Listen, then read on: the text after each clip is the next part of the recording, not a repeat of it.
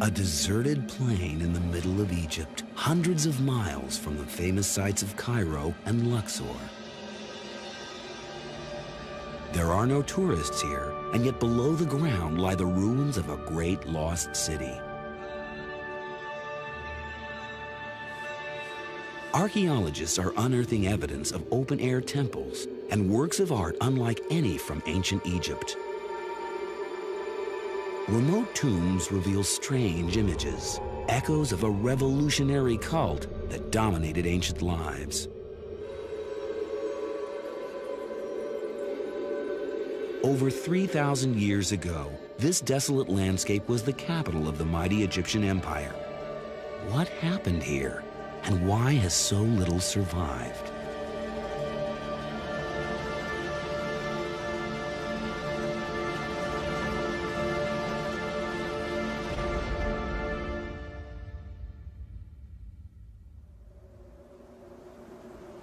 This is the story of one of the most traumatic episodes in the whole of ancient Egyptian history.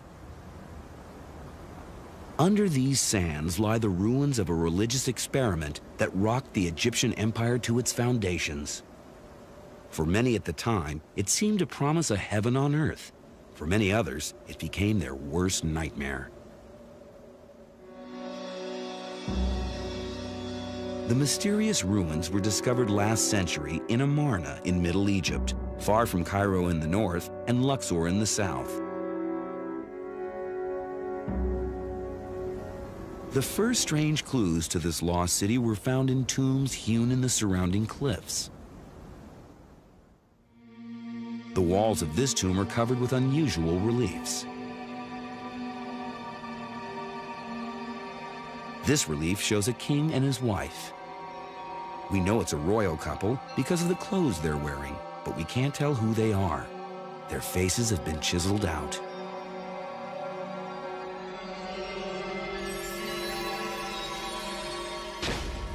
Even their names were hacked away. But a clue to their identity lay in the sagging belly of the pharaoh and in the image of the sun bathing the royal couple in sunlight. These had a familiar look.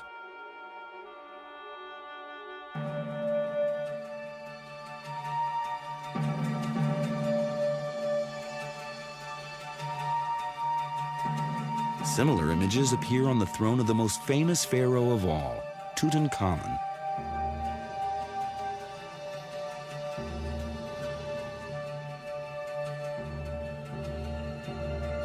Maybe Tutankhamun and the faceless pharaoh were closely related?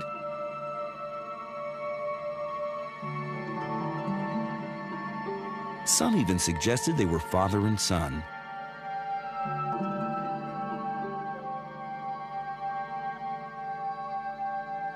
The mystery king and queen were finally identified when undamaged reliefs were found in the Amarna ruins.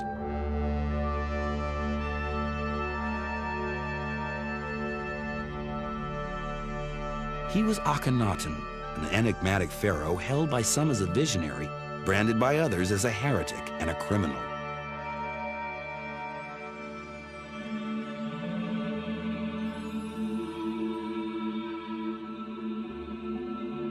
She was Nefertiti, one of the most beautiful women of the ancient world, and also one of the most powerful. Nefertiti, even while she's queen, is shown doing things in ways that other queens never are. She wears pharaoh's crowns, which other queens do not, even while she's still queen. She is shown in one case smiting her enemies, just like a pharaoh does. No other queen is shown this way.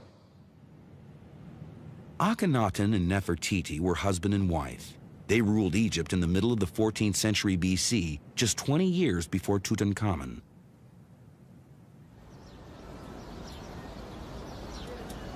And yet, for all their importance, they might as well never have lived.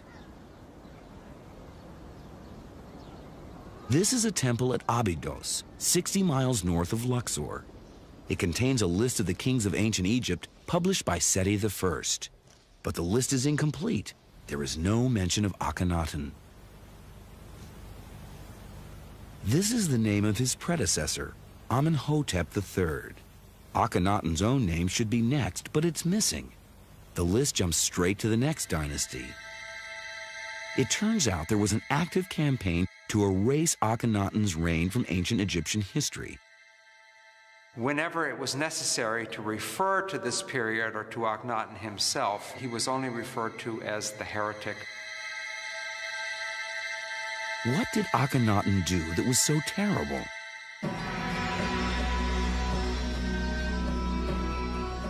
Akhenaten and Nefertiti first made a name for themselves in Thebes, the capital of Egypt during the 14th century BC.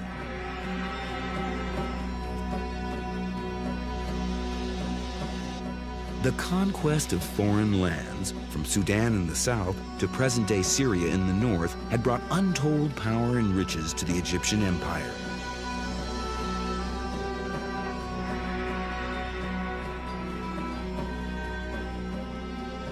Thebes, modern-day Luxor, was its capital, and Karnak its main temple. Larger than the Vatican, Karnak was built more than 3,000 years ago, when Egypt's religion was polytheism, belief in many gods. The king, with his priests, prayed to these gods on behalf of his people. In Thebes, the most important god was Amun. Symbolized by his two-feathered crown, he was a god of fertility and creation. Each year, the Amun cult staged a popular procession along the River Nile of floating shrines with statues of the gods.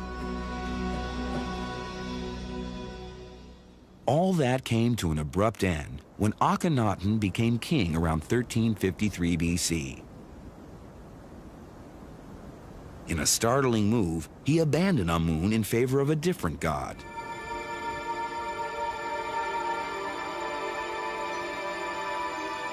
The Aten, or sun disk.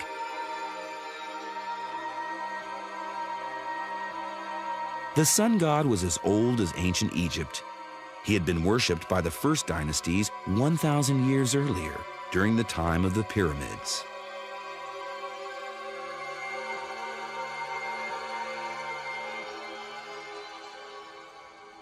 Akhenaten's decision would have shocked the influential army of Amun-worshipping priests. They expected their pharaoh to worship Amun above all other gods. Akhenaten was refusing to do that. Worse still, he was actually promoting another god to rival status. What possessed the king to scorn the established god of Thebes? There's evidence that his father, the previous king, Amenhotep III, was already leaning towards sun worship. These are colossal statues of Amenhotep III himself. They were built during his lifetime out of a very special stone. It's quartzite, and the pharaoh had to transport it at huge expense from quarries many miles from here. What made it so desirable was its golden, glowing color. Quartzite was associated by the ancient Egyptians with the sun god. The statues were also positioned to catch the first gleam of light from the rising sun. Such overt homage to the sun god was unusual at the time, but that's as far as this pharaoh dared to go. His son Akhenaten had no such qualms. He believed the sun deserved its own full-blown cult.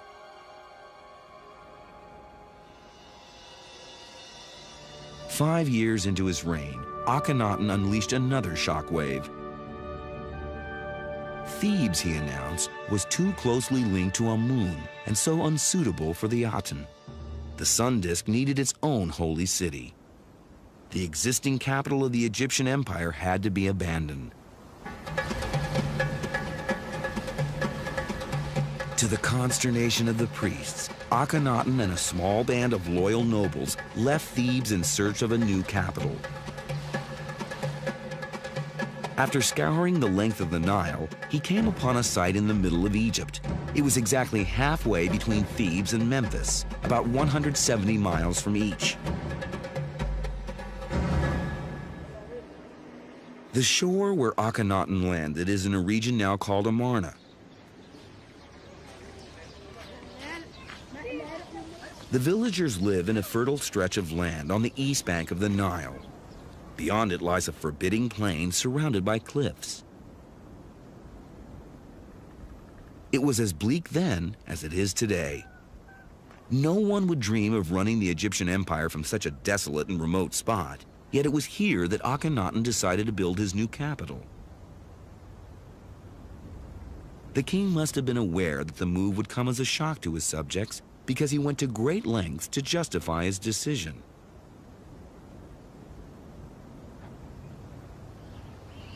He gave his reasons in writing. They can still be read today, in an unexpected place, atop one of the cliffs overlooking the city.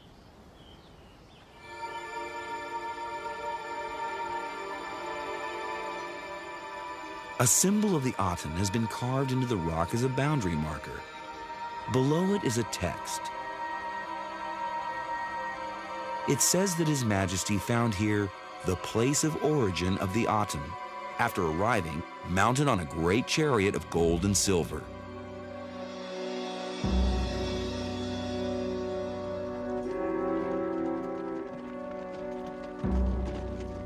Why did Akhenaten think that this was the birthplace of the Aten? He and his supporters arrived here with only tents for accommodation. This truly was virgin land, with no links to any other gods. And the king found something even more convincing.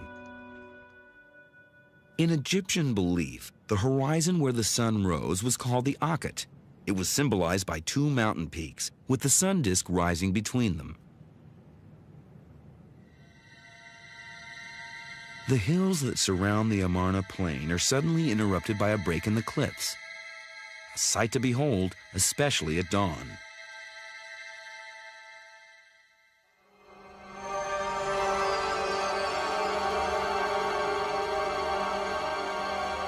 The king must have thought he'd found the sacred birthplace of the sun god. He named his city Akhet Aten, horizon of the sun disk.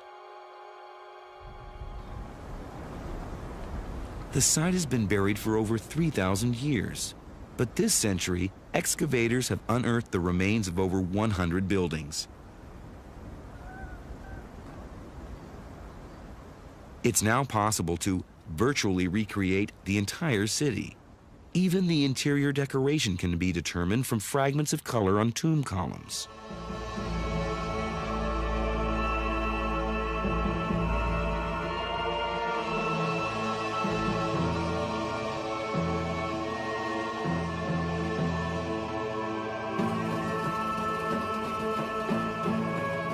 In the heart of the city stood the temple to the Aten,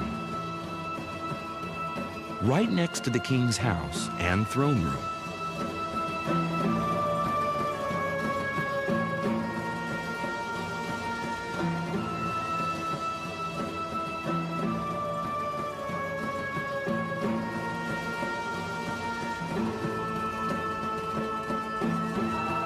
The finished interiors were in stark contrast to the barracks-like exteriors, but this was a city built in a hurry.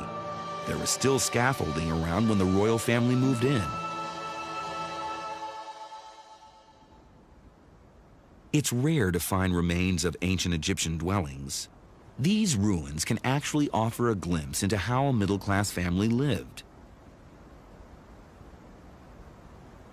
This one was the home of a sculptor called Thutmose. It's typical of dozens of houses subsidized by Akhenaten to lure the middle classes here, the first planned suburb in history. Here was a comfortable lifestyle, at least for the grown-ups. This was the master bedroom with its own bathroom, but no such luck for the children. It's likely they had to sleep with the servants. Although Akhet Aten was long ago abandoned, there's still life in the area.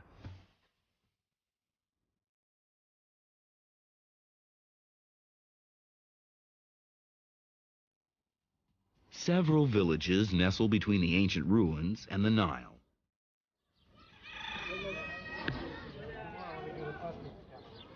In many ways, life has changed little since pharaonic times.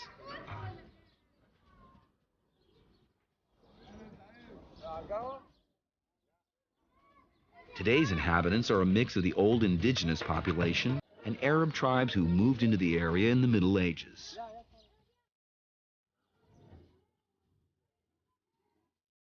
Glimpses of daily life in ancient times can be seen on fragments of reliefs from Akhenaten's temples. People were paid in bread and beer.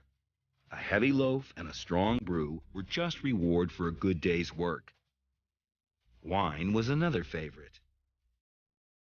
The vintage and the chateau were carefully recorded on the wine jar.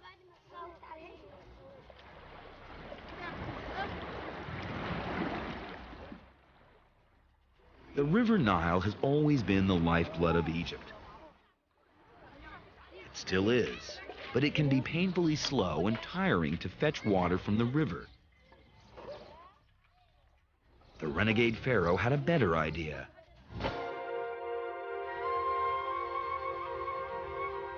This circle in the sands is an old well, one of many found in private homes.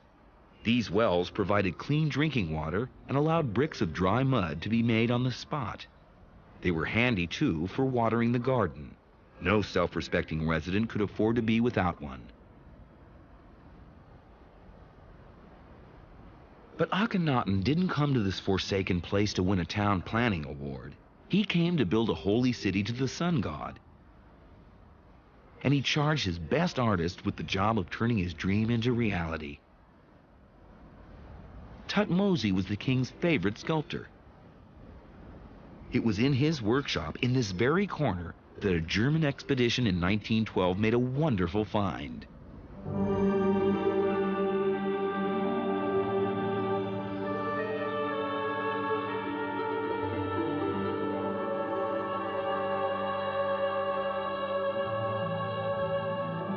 This bust of Nefertiti had been buried under rubble for more than 3,000 years. It's a work of art unlike any in ancient Egypt and underlines the importance Akhenaten attached to perfection.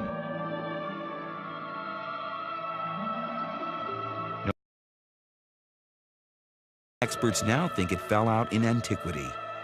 Maybe it's still out there, waiting to be discovered. Akhenaten's pursuit of perfection was single-minded. Buildings, too, had a role to play. These are the remains of a palace. When it was first excavated, the walls in this room were found covered with fragments of a mural that has now been reconstructed.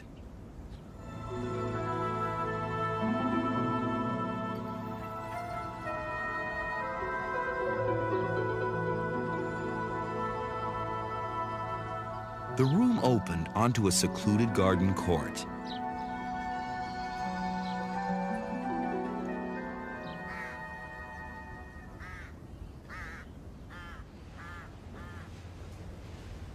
The best preserved examples of Akhenaten's devotion to the Aten are to be found inside the nobles' tombs. This one was never finished, but it shows how the stonemasons carved the columns straight out of the rock. It was built by a military officer called Ai, probably Nefertiti's father, for himself and his wife when the time came. The highlight of the tomb is a religious text carved on one of the walls. It's a hymn by Akhenaten dedicated to the sun god Aten. What's so remarkable is its similarity to a psalm in one of the world's most sacred books, the Bible. O living sun disk, thou art beautiful, great, glittering. When thy movements fade, the land is in darkness. Every lion is out of his den. O Lord my God, thou art very great.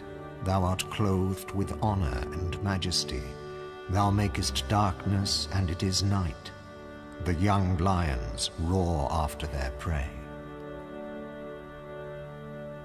It strikes you when you read those texts very much like a religious revelation, a flash of insight that a prophet might receive from his God. The hymn to the Aten is more amazing still. because it anticipates the central belief of the Bible.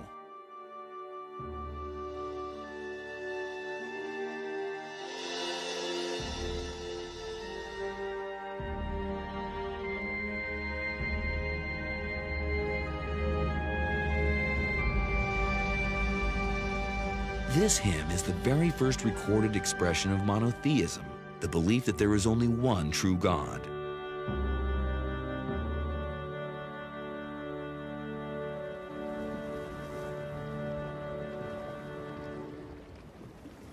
Because of his monotheism, Akhenaten comes across as a religious visionary ahead of his time, a forerunner of the great prophets of Judaism, Christianity, and Islam. And yet Akhenaten's revolution had barely begun. His goal was to reform ritual as well as belief. The Aten was worshipped right here in this temple.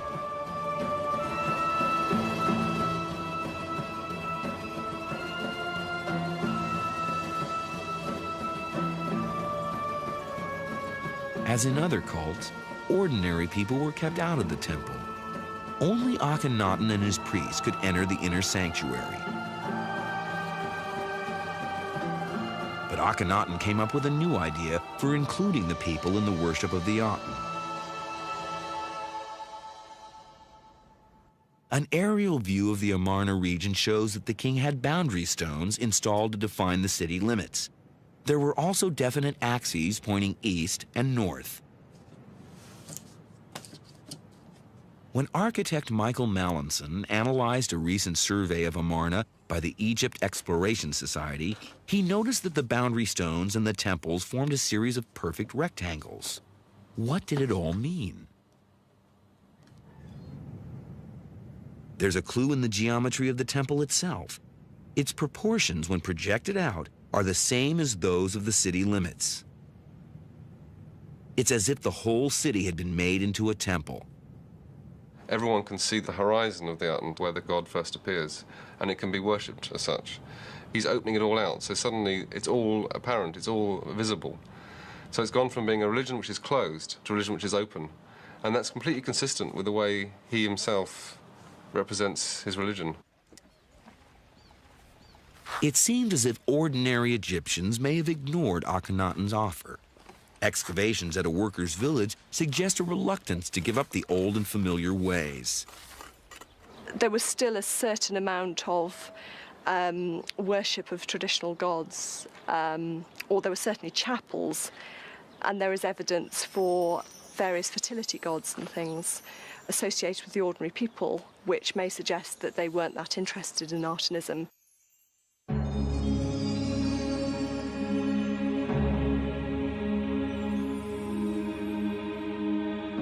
Akhenaten soon began to provoke greater controversy by changing the status of the king himself.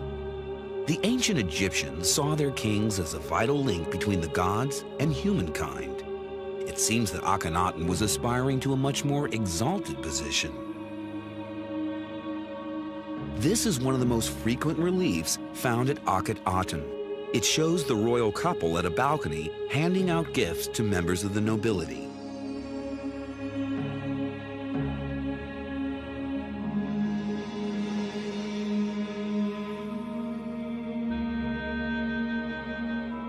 Thanks to copies made when they were in better condition, such scenes can now be recreated.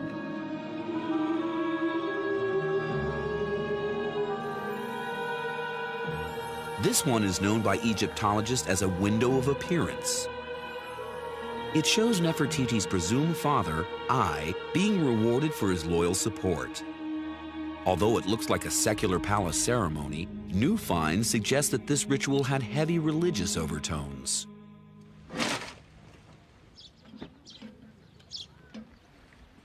Recently, a team from the Egypt Exploration Society, run in the field by Kate Spence, found some intriguing foundations in an area of the city known as the North Palace. Among the finds were the bases of large-scale statues. They hinted at a major complex. Just how important a complex became clear when tiny fragments of a precious metal were found. There you are, a nice big bit of gold leaf coming out in front of your very eyes. It was the first trace of gold found at the North Palace since the 1920s and was evidence of something special and religious. It was associated with the sun and with the flesh of the gods, and the fact that it shines, that when light falls on it, it reflects off it, was very important for the Egyptians. The golden statues could only be of Akhenaten. Kate Spence also discovered that they had stood next to the base of another mysterious structure. She's now recovered it with sand to protect it from the elements.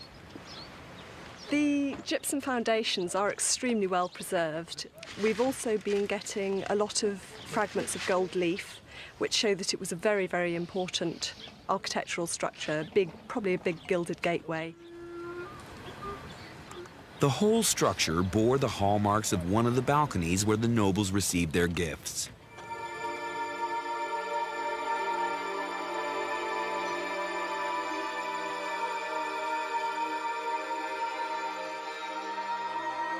So what were the religious overtones of this ceremony? A vital clue lay in the strange orientation of the palace. It was aligned to the east. Usually only temples pointed east. Perhaps the palace was intended to be like a temple, but who then was the object of worship?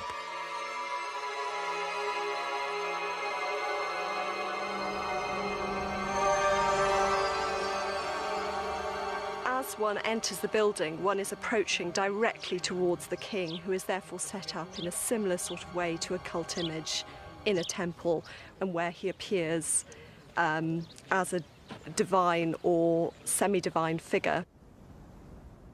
Hardly the style of a humble prophet, more like the delusions of a megalomaniac. What exactly was going through Akhenaten's mind?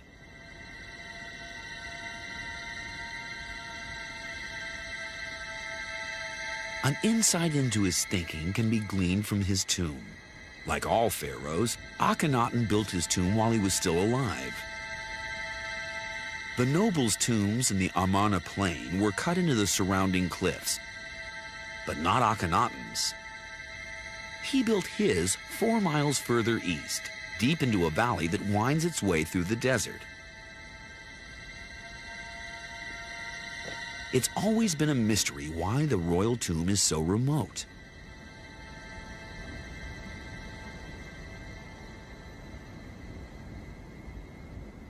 When first discovered earlier this century, it was virtually empty. But there was one bit of treasure that couldn't be removed: the reliefs. And they reveal much about Akhenaten's religious ideas. This damaged relief shows the king and queen carved in an unflattering style with sagging stomachs and ample thighs, a far cry from the idealized picture of royalty usually seen on tomb paintings. In these and other reliefs, the king and queen are also shown revealingly naked, in defiance of the normal conventions of Egyptian art. Imagine, for example, if a future king and queen of England had themselves portrayed nude. It would be quite a shock. And I think this was probably the same sort of thing for the Egyptians. There is a reason why Akhenaten is shown this way. Akhenaten was trying to show the royal family as different from the rest of mankind, closer to the gods. And there was another telling difference. Egyptian tomb paintings, like this one in Thebes, usually show highly formal scenes of the pharaoh about to enter the afterlife, his destiny very much in the hands of the gods. Akhenaten's reliefs depict surprisingly intimate and informal scenes in which the members of the royal family itself, not the gods, are the center of attention. In this scene, the king and queen are shown mourning the death of a daughter. Here, Akhenaten is seen dining with his mother. And here, Akhenaten and Nefertiti are seen exchanging affectionate glances. I think the purpose was to convey to the ancient Egyptians that here you have not only the model of human life, but also the source of all love. And so the idea, of course, is that all life flows from Akhenaten and Nefertiti, just as it originally did from the gods. No pharaoh had ever associated himself with a god as closely as Akhenaten, and yet there are signs that he was aiming higher still.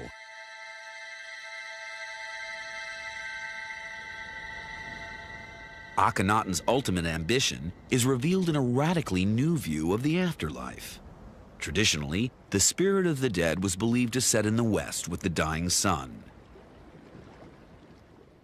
It then journeyed into the nether worlds of the night, where it would meet Osiris, the god of resurrection, and receive the power of rebirth.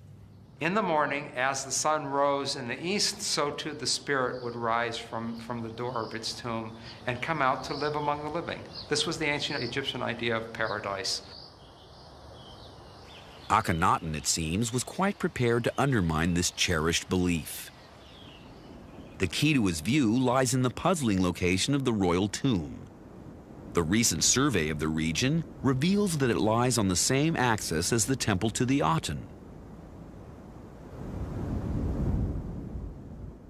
And the valley that leads to the tomb is the same break in the cliffs which to Akhenaten looks so much like the sacred Akhet, or horizon of the sun disk. The Akhet in ancient Egyptian belief was a place in which the sun spent perhaps as much as an hour before rising in the morning. Now, this was not just a zone of transition between the netherworld and the world of the day. It was a place also where the sun received the final effective form that it needed to come to life again in the morning. The royal tomb was situated in the very birthplace of the Aten. Why? There's a clue in a major relief on the walls of the royal tomb. It shows the Aten rising in the Akhet. Its rays radiate out, breathing life into every street and house in the city.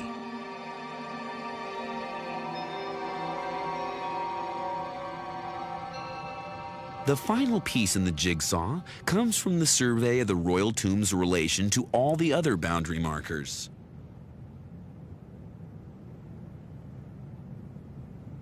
The tomb's position suddenly makes sense. The magical birthplace of the sun god and the royal tomb appear to be one and the same.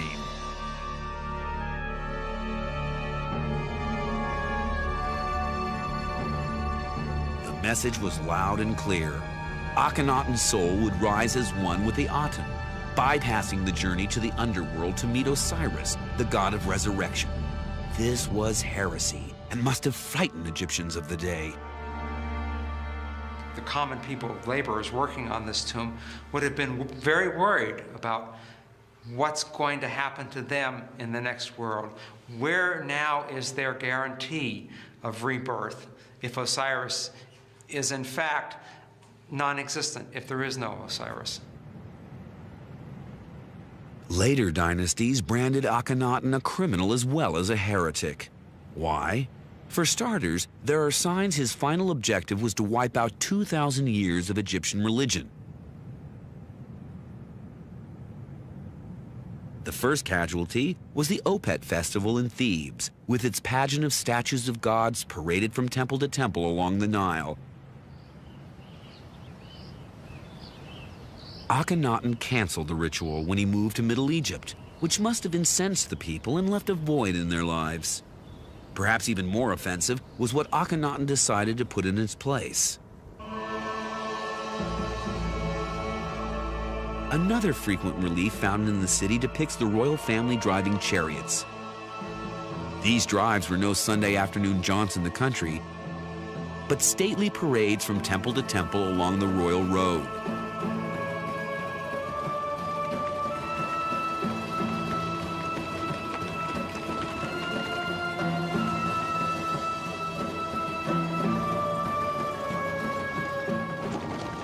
Instead of having processions of divine images, you're having processions of the king himself.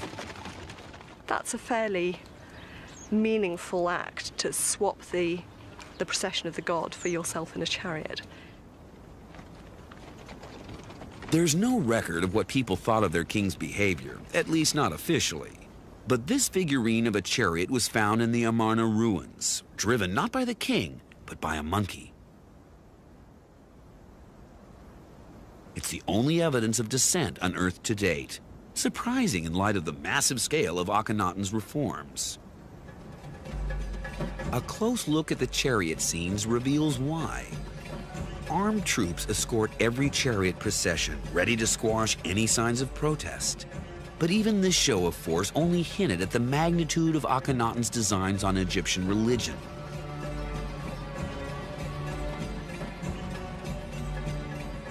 After about 10 years in power, he issued the most brutal edict of his reign, the desecration of all the old gods of Egypt.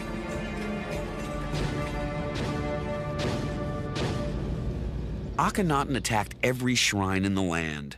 Back in Thebes, the god Amun bore the brunt of this backlash. In a fit of jealousy, without precedent in ancient Egypt, Akhenaten targeted every reference to Amun. It wasn't just the colossal statues that were damaged. Even in small scenes like this one, the god's face was hacked out. Inscriptions on the top of obelisks were full of references to Amun. Although barely visible from the ground, they had to go. A climate of fear now pervaded the land. This amulet was found in the ruins of a house in Amarna. It had Amun written on it. Its owner felt it was perhaps wiser to censor the word. There is, in the history of the world, a number of movements, communism, Nazism. I think they all, in the beginning, infect people with a new way of looking at things and bring people along with them.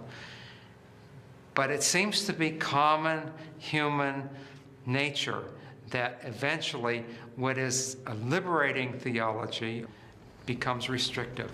You can no longer accept alternative ideas. You must only accept one idea. And at this point, fanaticism starts.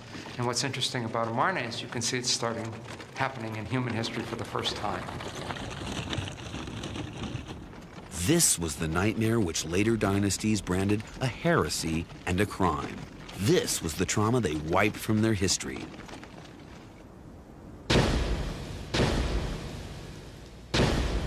How it came to an end and who erased the memory is shrouded in mystery. But here and there, one can still hear faint echoes of a violent aftermath.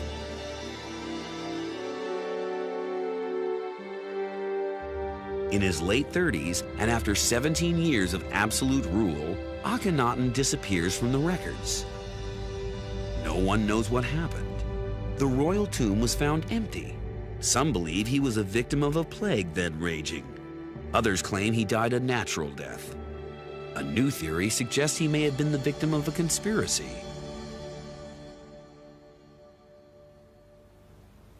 Kings were murdered in antiquity. In Egypt's case, the facts are sparse. But Nicholas Reeves, a world-renowned expert on the 18th dynasty, believes the possibility can't be ruled out. In the Middle Kingdom, the 12th dynasty, Amenemhet I was murdered. We have this, we know this from a document, a literary text. And we know also of a harem conspiracy against King Ramesses III of the 20th dynasty. Such things were, I suspect, not uncommon. Was there a traitor within Akhenaten's court? His successors would have had much to gain. No one knows who did succeed him to the throne of Egypt.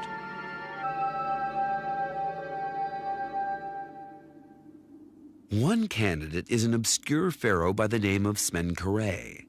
Some argue that he was a younger brother or son of Akhenaten, but others claim that he never existed and that Smenkhare was a pseudonym for someone else.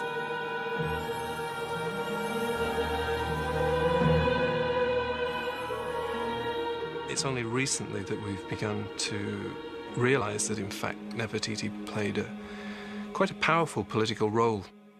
Akhenaten appointed Nefertiti as his co-regent to rule beside him partway through the reign. And the likelihood is that following Akhenaten's death, she continued to rule in her own right, adopting a new name, Smenkhare. Whoever succeeded Akhenaten had a short-lived reign, dying soon after being crowned. What is known is the identity of the next pharaoh, a boy of 9 who ruled Egypt for a decade. Tutankhamun's parents are a mystery. Many think he was Akhenaten's only son, born to him by a lesser wife. His fame today stems from the wonderful treasures discovered just over 75 years ago.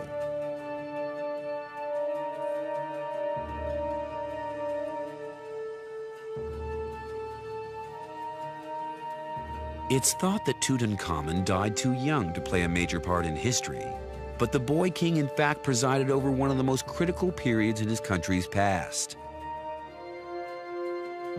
As king, he faced an agonizing decision: to champion his father's ideals or to steer Egypt back to normality. Which side of the fence did he come down on? It is known that the old religion returned during Tutankhamun's reign. This is the boy king's throne.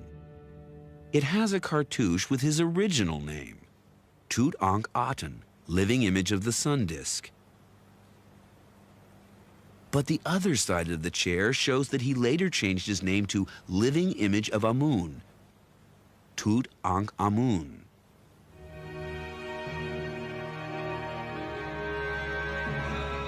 Yet the restoration could not have been carried out by Tutankhamun himself. He was too young.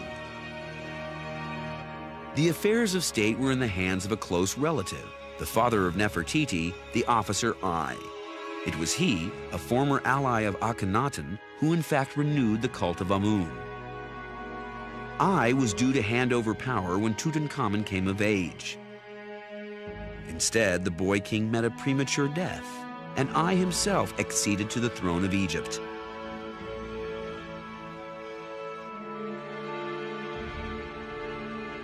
Tutankhamun died at the age of 18. The cause of his death is a mystery, but theories of foul play abound. One of the most sinister points the finger directly at Ai. What's interesting is that when Tutankhamun is of an age to entertain his own ideas as to how things should be, this is precisely the time when he disappears. These ideas may well not have fitted in with the way forward that I envisaged. Could it be that Tutankhamun was in fact very much a chip off the old block, and the early death of the boy king saved Egypt from another round of heretical fantasy and destruction? Tutankhamun's death proved a watershed. Pharaoh after pharaoh obliterated the memory of Akhenaten and his heresy.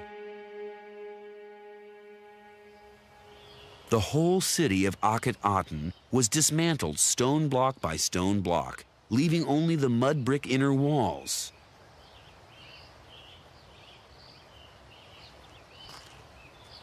Ancient Egyptians must have thought they'd heard the last of Akhenaten. But in 1907, excavators stumbled upon a strange royal tomb, not in Amarna, but in Luxor, in the Valley of the Kings. It was found strewn with broken furniture. Tomb 55, as it is known, dated from Tutankhamun's reign, so it must have housed a family relation. But who?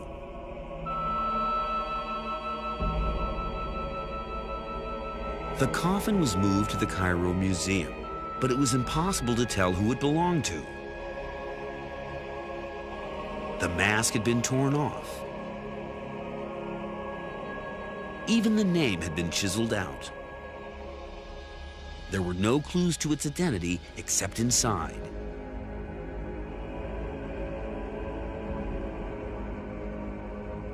The skull and bones of an adult male. When we first examined Was the body related to Tutankhamun?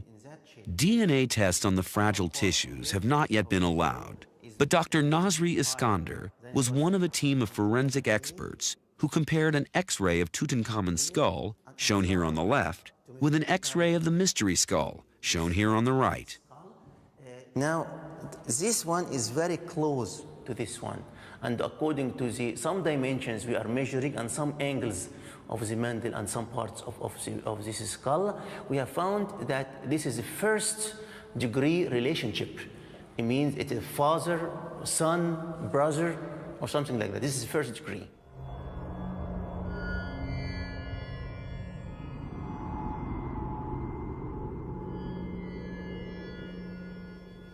Early experts thought the bones were those of a young man and argued that the body was therefore Smenkhare, the presumed younger brother or son of Akhenaten.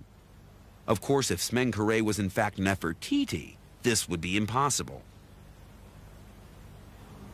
But a recent reassessment of the age of the teeth has led many to reject the Smenkhare idea. The age of death is now thought to be between 35 and 40.